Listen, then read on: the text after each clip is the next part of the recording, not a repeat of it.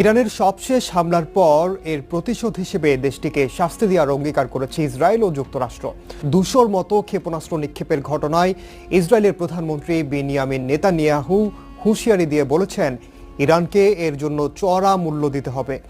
মার্কিন স্যাটেলাইটের পাশাপাশি ইসরায়েলি গোয়েন্দা সংস্থা মোসাদ সহ ইরানে থাকা গুপ্তচরদের তথ্যের ভিত্তিতে যে কোনো সময় ইরানে হামলা চালাতে পারে ইসরায়েলের প্রতিরক্ষা বাহিনী বা আইডিএফ। তবে সেটি কী ধরনের হামলা হতে পারে, আর এসব হামলা মোকাবেলার ইরানের সক্ষমতা কেমন, এসব প্রশ্নের সম্ভাব্য উত্তর দিয়েছেন আন্তর্জাতিক সম্পর্ক বিশ্লেষক এবং সমরবিদরা। তাই জানাবো এবারের দৃশ্যপটে। সঙ্গে আছি আমি ওমর ইনাম।